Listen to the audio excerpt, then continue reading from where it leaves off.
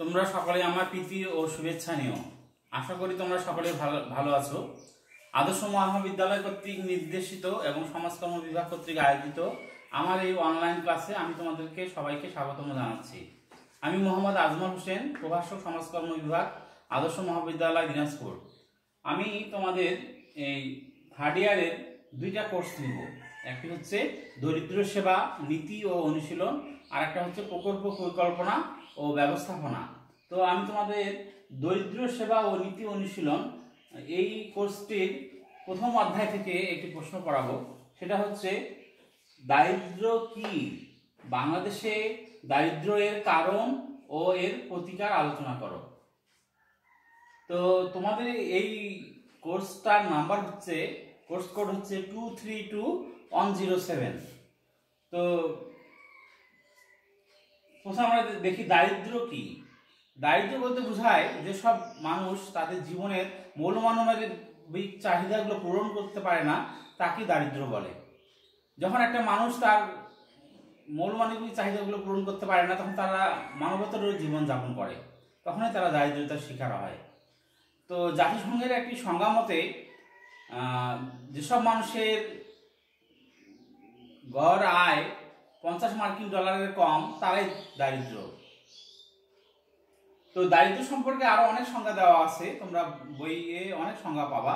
তো আমি তোমাদের একটা সংজ্ঞা বললাম, আর বাকি সংজ্ঞাগুলো তোমরা বই থেকে দেখে নিও। আমি এখন তোমাদেরকে পড়াবো বাংলাদেশের দারিদ্র্যের কারণ ও এর প্রতিকার আলোচনা করো। তো আমরা প্রথমে আসি দারিদ্র্যের কারণ। এক নম্বর হচ্ছে অনুন্নত কৃষি ব্যবস্থা।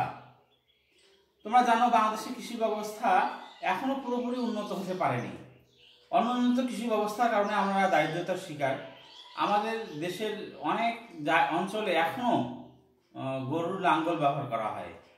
তো আমরা যখন উন্নত প্রযুক্তি ব্যবহার করতে পারবো, তখনই আমরা কৃষিক্ষেত্রে উন্নয়ন করতে পারবো এবং দারিদ্র দূর করতে পারবো।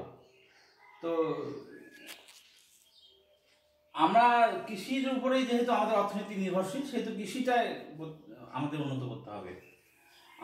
আরেকটা হচ্ছে দেখো ঔপনিবেশিক শাসন। ঔপনিবেশিক শাসনের কারণেই আমরা দারিদ্র। ঔপনিবেশিক শাসন বলতে বোঝায় কোনো দেশ কর্তৃক শাসিত হওয়া। আমরা ব্রিটিশদের কর্তৃক শাসিত হয়েছি প্রায় 250 বছর, এবং 1947 সালে দেশ বিভাগের পর আমরা পাকিস্তান সরকার কর্তৃক শাসিত হয়েছি। পরে 1971 সালে আমরা স্বাধীনতা অর্জন করেছি। তো এই সময়ে পাকিস্তান সরকার যখন ক্ষমতায় ছিল, তখন তারা আমাদেরকে শাসন করেছে এবং শোষণ করেছে।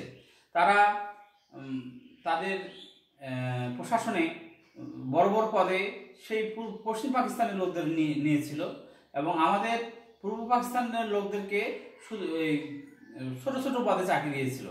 এবং বিভিন্ন ধরনের মিল, কলকারখানা এসব শুধু পশ্চিম পাকিস্তানে হয়েছিল, পূর্ব পাকিস্তানে তেমন কিছু হয়নি।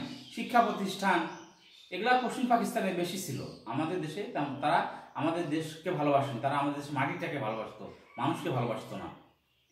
তো এই ঔপনিবেশিক শাসনের কারণে আমরা দারিদ্র্যের শিকার। আর একটা হচ্ছে রাজনৈতিক অস্থিরতা।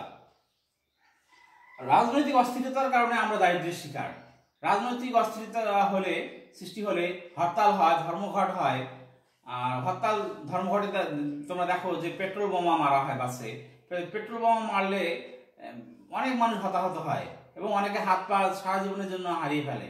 তখন যেসব মানুষ হাত পা হারিয়ে ফেলে, তারা অসহায় হয়ে যায়, পঙ্গু হয়ে যায়। তখন তারা ইনকাম করতে পারে না।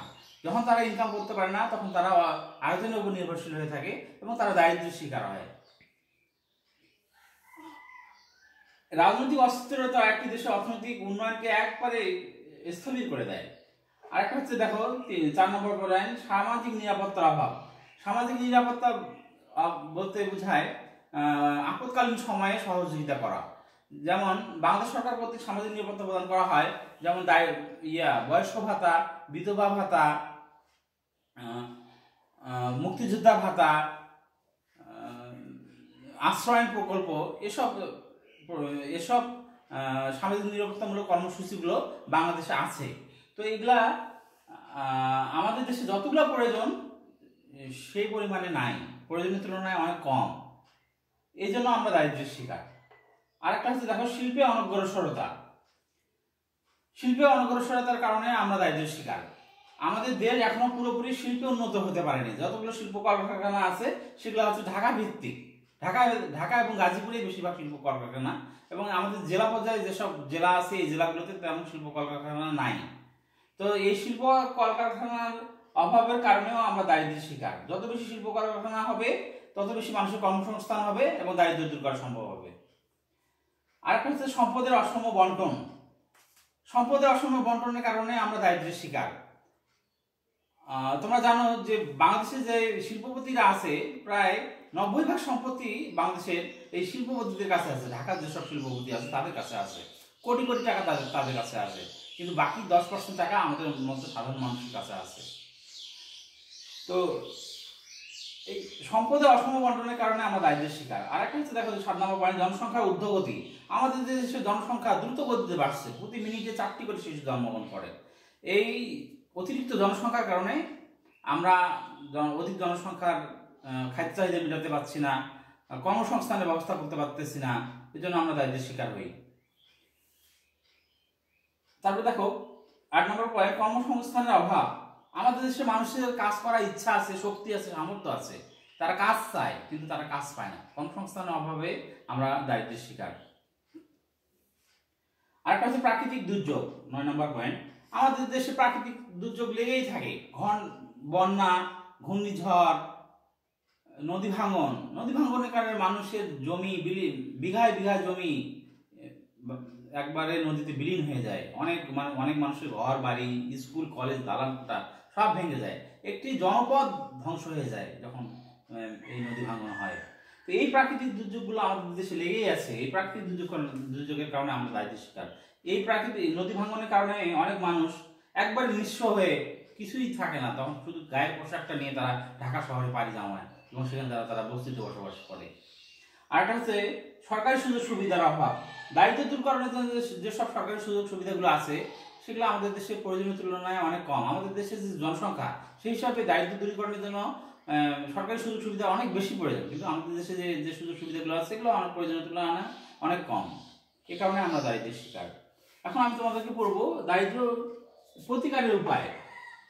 1 নম্বর হচ্ছে নীতি ও পরিকল্পনা প্রণয়ন।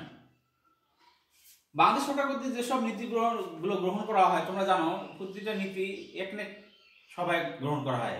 Executive committee of national economic council, এখানে প্রধানমন্ত্রী উনি সভাপতিত্ব করেন এবং মন্ত্রিসভায় এটা পাস হয়, যে কোনো বিল মন্ত্রিসভায় পাস হয়। তো এই নীতি নির্ধারণের ক্ষেত্রে আমাদের দারিদ্র দূরীকরণের প্রতি সবচেয়ে বেশি গুরুত্ব দিতে হবে। দারিদ্র দূরীকরণ করা যায় এরকম প্রকল্প বাস্তবায়ন করতে হবে, তাহলে আমরা দারিদ্র দূর করতে পারবো। জরিপ ও গবেষণা পরিচালনা, 2 নম্বর পয়েন্ট। তোমরা জানো যে কোনো বিষয়ের কারণ উদ্ঘাটন করতে হলে আমাদের জরিপ করতে হয়। জরিপ করতে হলে আমরা বুঝতে পারি যে কি কারণে মানুষ দারিদ্র্যের শিকার হচ্ছে, কোথা থেকে দারিদ্র্যের সৃষ্টি হচ্ছে, এগুলো আমরা বার করতে পারি। যে কোনো বিষয় সম্বন্ধে আমরা যদি গভীর জ্ঞান অর্জন করতে চাই তাহলে আমাদের জরিপ করতে হবে। তো জরিপ ও গবেষণার মাধ্যমে আমরা দারিদ্র্য দূর করতে পারবো। আর একটা হচ্ছে জাতীয় সামাজিক নিরাপত্তা কর্মসূচির অভাব সম্প্রসারণ। আমাদের দেশে যে জাতীয় নিরাপত্তামূলক কর্মসূচিগুলো আছে, যেমন বয়স্ক ভাতা, বিধবা ভাতা, প্রতিবন্ধী ভাতা, আশ্রয়ণ প্রকল্প, মুক্তিযোদ্ধা ভাতা, এই প্রকল্প এই কর্মসূচিগুলো আর প্রচুর পরিমাণে সম্প্রসারণ করতে হবে। এই প্রচুর পরিমাণে সম্প্রসারণ করে যখন সাধারণ জনগোষ্ঠীর মাঝে সেবা পৌঁছে দেওয়া সম্ভব হবে তখনই দারিদ্র্য দূর করা সম্ভব হবে। সমবায় পদ্ধতি চালু করা। একটা হচ্ছে কৃষি খাতের উন্নয়ন।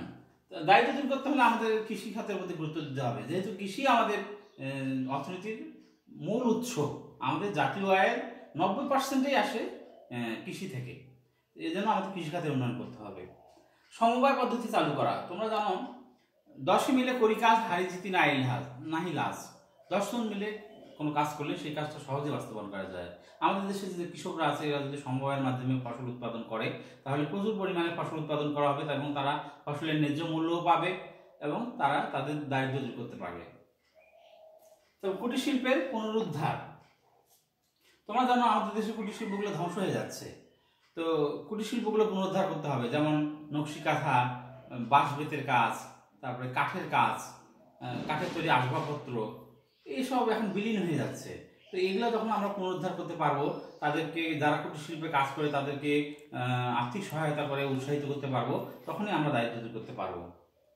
জনশক্তির রপ্তানি, তোমরা জানো যে আমাদের দেশের প্রচুর পরিমাণ জনগণ বিদেশে বসবাস করে, বা বিশ্বের প্রতিটি দেশে বাংলাদেশের জনগণ আছে, তারা কাজ করে।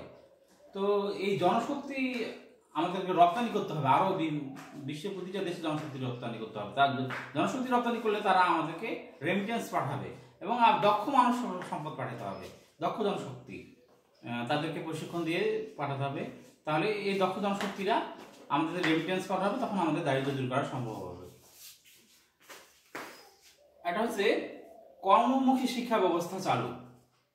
8 নম্বর পয়েন্ট, আমাদের দেশে কর্মমুখী শিক্ষা ব্যবস্থা বর্তমানে চালু আছে, কিন্তু বেশিরভাগ ছাত্রছাত্রী এখনো সাধারণ শিক্ষায় বেশি শিক্ষিত হয়, কিন্তু কারিগরি শিক্ষার খুবই দাম। কারিগরি শিক্ষা যারা শিখে তারা কখনো বসে থাকে না। ওরা দেখো সিভিল, মেকানিক্যাল, ইলেকট্রিক্যাল এইসব কাজ যখন মোবাইল টেকনিশিয়ান এইসব কাজ যখন তারা শিখে, তখন তারা আর বসে থাকে না, তখন তারা তাদের কর্মসংস্থান ব্যবস্থা হয়। তো এই জন্য কর্মমুখী শিক্ষা ব্যবস্থা করতে হবে, যেন তারা স্কুলেই যেন এই শিক্ষাগুলো অর্জন করতে পারে।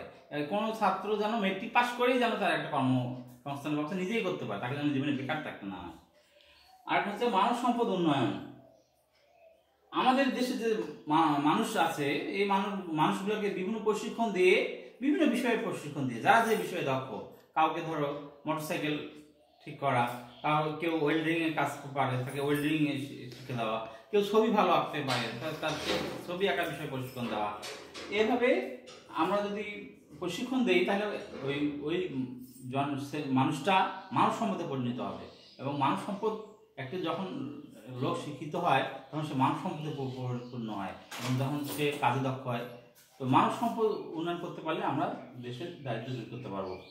পরিবহন ও যোগাযোগ ব্যবস্থার উন্নয়ন, 10 নম্বর পয়েন্ট। তোমরা জানো পরিবহন ও যোগাযোগ ব্যবস্থার উপর একটা দেশের উন্নতি পুরোপুরি নির্ভর করে। আমাদের দেশে যে গার্মেন্টস শিল্পে যে পোশাকগুলো তৈরি হয়, আমরা পরিবহন ও যোগাযোগ ব্যবস্থার অসুবিধার কারণে আমরা এগুলা সঠিকভাবে ডেলিভারি দিতে পারি না। তোমরা জানো যে আমাদের দেশের রাস্তাগুলো অনেক ছোট এবং তীব্র যানজট। গার্মেন্টস শিল্পে যে পোশাকগুলো তৈরি হয়, এগুলা রপ্তানির সময় আমাদের এই তীব্র যানজটের মধ্যে যাইতে হয়, অনেক সময় ডেলিভারির দিন হয়ে যায়, মিস হয়ে যায়। আবার অনেক সময় বিদেশিরা যে আমাদের অর্ডার দিতে আসার সময়ও তাদের অনেক ঝামেলা হয়, রাস্তায় যানজট থাকে, যোগাযোগ ব্যবস্থা অত্যন্ত উন্নত হয় না। যেমন নীলফামারীতে একটা ইপিজেড আছে, উত্তরা ইপিজেডটা ভালো, অনেক কিছু উৎপাদন হয়, কিন্তু রাস্তার যোগাযোগ ব্যবস্থা ভালো না, পরিপূর্ণভাবে কাজ সম্পন্ন হয়নি।